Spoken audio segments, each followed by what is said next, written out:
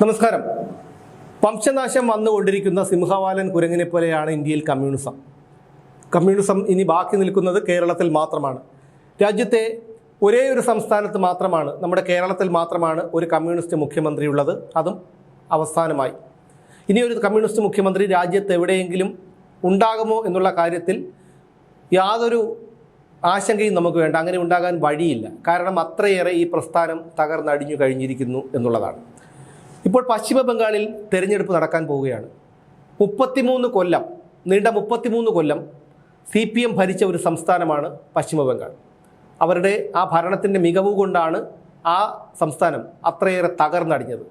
അവിടെയുള്ള സഖാക്കൾ ഉൾപ്പെടെയുള്ള സാധാരണക്കാർക്ക് മറ്റ് സംസ്ഥാനങ്ങളെ തൊഴിലിന് വേണ്ടി ആശ്രയിച്ച് പോകേണ്ടി വന്നത്. ഇപ്പോൾ അവിടെ തെരഞ്ഞെടുപ്പ് നടക്കുകയാണ്. അവിടെ MA ബേബി ഉൾപ്പെടെയുള്ള പല നേതാക്കളും അവിടെ ചെന്ന് പ്രചാരണങ്ങൾ നടത്തുന്നുണ്ട്.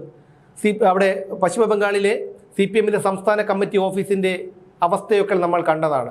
പല മാധ്യമങ്ങളും അത് കാണിച്ചിരുന്നു. പഴയ കുറേ പോസ്റ്ററുകളും മാറാലകളും പിടിച്ച അവസ്ഥയിലാണ് അവിടുത്തെ സംസ്ഥാന ഓഫീസ് പോലും.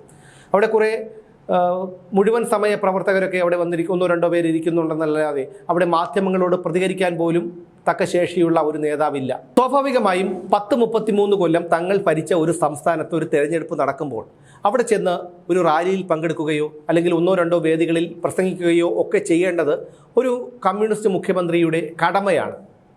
പക്ഷേ പിണറായി വിജയൻ അവിടേക്ക് പോയില്ല. ഒരു 2 ആഴ്ച മുൻപ് ഏഷ്യാനെറ്റിൻ്റെ ഒരു മാധ്യമപ്രവർത്തകൻ പശ്ചിമ ബംഗാളിലെ സംസ്ഥാന ഓഫീസിലിരുന്ന ഒരു പ്രവർത്തകനോട് ചോദിച്ചു, പിണറായി വിജയൻ ഇവിടെ വരുമോ പ്രചാരണത്തിനെന്ന് ചോദിച്ചപ്പോൾ അദ്ദേഹം പറഞ്ഞത് സാധ്യതയില്ല എന്നാണ്. പിണറായി വിജയൻ എന്തായാലും അത്തരമൊരു സാഹസത്തിന് മുതിരില്ല. കാരണം അവിടെ CPM ഒരു സീറ്റ് പോലും ഇപ്പോൾ CPMന് അവിടെ ഇല്ല. ഇനിയും ഒരു സീറ്റ് പോലും CPMന് നേടാൻ കഴിയില്ല എന്ന് പിണറായി വിജയന് നന്നായി അറിയാം. അപ്പോൾ ഒരു പാഴ്വേല ചെയ്യേണ്ട എന്നുള്ള ഒരു ചിന്തയായിരിക്കാം അദ്ദേഹം അവിടെ പോയി പ്രചാരണം നടത്താത്തത്. ഇനി പിണറായി വിജയൻ തിമിര ശസ്ത്രക്രിയ കഴിഞ്ഞ് വിശ്രമിക്കുന്നത് കൊണ്ടാണ് പശ്ചിമ ബംഗാളിൽ പ്രചാരണത്തിനായി പോകാത്തത് എന്നാണ് K. മുരളീധരൻ്റെ വിമർശനത്തിന് മറുപടിയായി MA ബേബി പറയുന്നത്. ഒരിക്കലും നമുക്കിതിനെ വിശ്വസിക്കാൻ കഴിയില്ല. കാരണം കഴിഞ്ഞ കുറച്ചു കാലങ്ങൾക്ക് 2018 പിണറായി വിജയൻ എന്തോ വലിയ ഗുരുതരമായിട്ടുള്ള അസുഖമുണ്ട് എന്ന് പറഞ്ഞുകൊണ്ട് അമേരിക്കയിലെ മയോ ക്ലിനിക്കിൽ ചികിത്സയ്ക്കായി പോയത്. ആ ചികിത്സയ്ക്കായി പോയി അദ്ദേഹം അമേരിക്കയിൽ കഴിഞ്ഞ 13 ദിവസങ്ങൾ അദ്ദേഹം അവിടെ എന്തു ചെയ്യുകയായിരുന്നു എന്നുള്ളത് ഇന്നും ഒരു പ്രഹേളികയായി തുടരുന്നുണ്ട്. അന്ന് പലരും മാധ്യമങ്ങളും സമൂഹ മാധ്യമങ്ങളിലും ഉൾപ്പെടെ ഈ ചോദ്യം ഉയർന്നു വന്നിരുന്നു.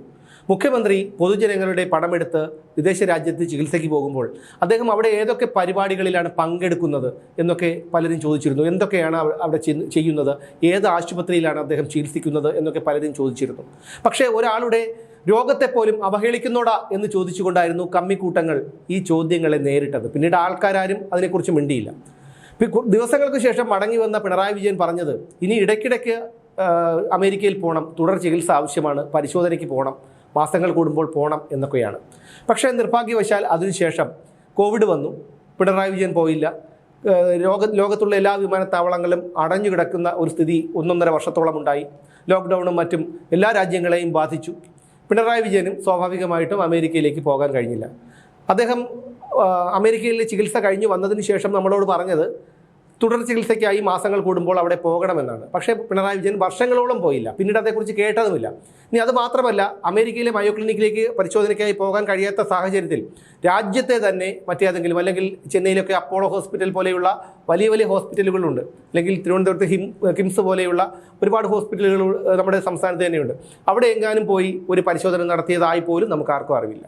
അപ്പോൾ അതുകൊണ്ട് പിണറായി വിജയൻ അന്ന് പറഞ്ഞത് എത്രത്തോളം ശരിയാണെന്ന് നമുക്ക് ഊഹിക്കാവുന്നതേ ഉള്ളൂ. അത് മാത്രമല്ല, പിണറായി വിജയൻ അദ്ദേഹത്തിൻ്റെതായ ചില രീതികളും ശൈലികളും ഒക്കെയുണ്ട്. കോവിഡിന് ശേഷം കോവിഡ് വന്ന അദ്ദേഹത്തിനും ഭാര്യയ്ക്കും കോവിഡ് ബാധിച്ച് അവിടെ ക്വാറന്റീനിൽ കഴിയുമ്പോൾ പോലും ആ ക്വാറന്റീൻ മാനദണ്ഡങ്ങളെല്ലാം ലംഘിച്ചുകൊണ്ട് ഇറങ്ങി ഓടിയതൊക്കെ നമ്മൾ കണ്ടതാണ്. അപ്പോൾ പിണറായി വിജയന് അദ്ദേഹത്തിൻ്റെതായ ചില ഇഷ്ടങ്ങളും കാര്യങ്ങളും ഒക്കെയുണ്ട്. അത് നമ്മൾ അംഗീകരിച്ചു കൊടുക്കണം എന്നുള്ളതാണ്. എന്ന് മാത്രമല്ല, പിണറായി വിജയൻ ഒരു സ്വാർത്ഥനാണ്, അദ്ദേഹത്തിൻ്റെ ഒരു മനസാക്ഷിയുടെ കണിക പോലും ഇല്ല എന്ന് പറയുന്നതിന് മറ്റൊരു കാരണം കൂടിയുണ്ട്. പിണറായി വിജയന്റെ സന്തത സഹചാരിയായി പതിറ്റാണ്ടുകളോളം പ്രവർത്തിച്ചയാളാണ് മുൻ മന്ത്രി കൂടിയായിട്ടുള്ള പാർട്ടി സെക്രട്ടറി ആയിരുന്ന കോടിയേരി ബാലകൃഷ്ണൻ ചെന്നൈ അപ്പോളോ ഹോസ്പിറ്റലിൽ വെച്ച് മരണപ്പെട്ടിട്ട് അദ്ദേഹത്തിൻ്റെ അന്ത്യാഭിലാഷം തിരുവനന്തപുരത്ത് അദ്ദേഹത്തിൻ്റെ ഭൗതിക ശരീരം പ്രദർശനത്തിന് വെക്കണമെന്നുള്ളതായിരുന്നു. പക്ഷേ അത് നേതാക്കളെയൊക്കെ അറിയിച്ചെന്ന് അദ്ദേഹത്തിൻ്റെ ഭാര്യയും കുടുംബവും ഒക്കെ പിന്നീട് പറഞ്ഞു. പക്ഷേ നേതാക്കളൊക്കെ എന്തോ കാരണം കൊണ്ട് ഇത് മറച്ചു വയ്ക്കുകയും നേരെ ചെന്നൈയിൽ നിന്ന് പയ്യാമ്പലത്ത് കൊണ്ടുവന്ന് അവിടെ അടക്കം ചെയ്യുകയും ചെയ്തു. പിറ്റേന്ന് രാവിലെയാണ് എല്ലാവരെയും ഞെട്ടിച്ച ആ സംഭവം ഉണ്ടായത്. പിറ്റേന്ന് നേരം പുലർന്നപ്പോഴേക്കും കോടിയേരിയുടെ ചിത കത്തിത്തീരുന്നതിന് മുമ്പ് തന്നെ പിണറായി വിജയനും ഭാര്യയും സംഘവും കുറേ മന്ത്രിമാരും ഒക്കെ ചേർന്ന് വിദേശ സർക്കിട്ട് പോയി എന്നുള്ളതാണ്. അവിടെയാണ് നമ്മൾ പിണറായി വിജയൻ എന്ന നേതാവിനെ മനസ്സിലാക്കേണ്ടത്.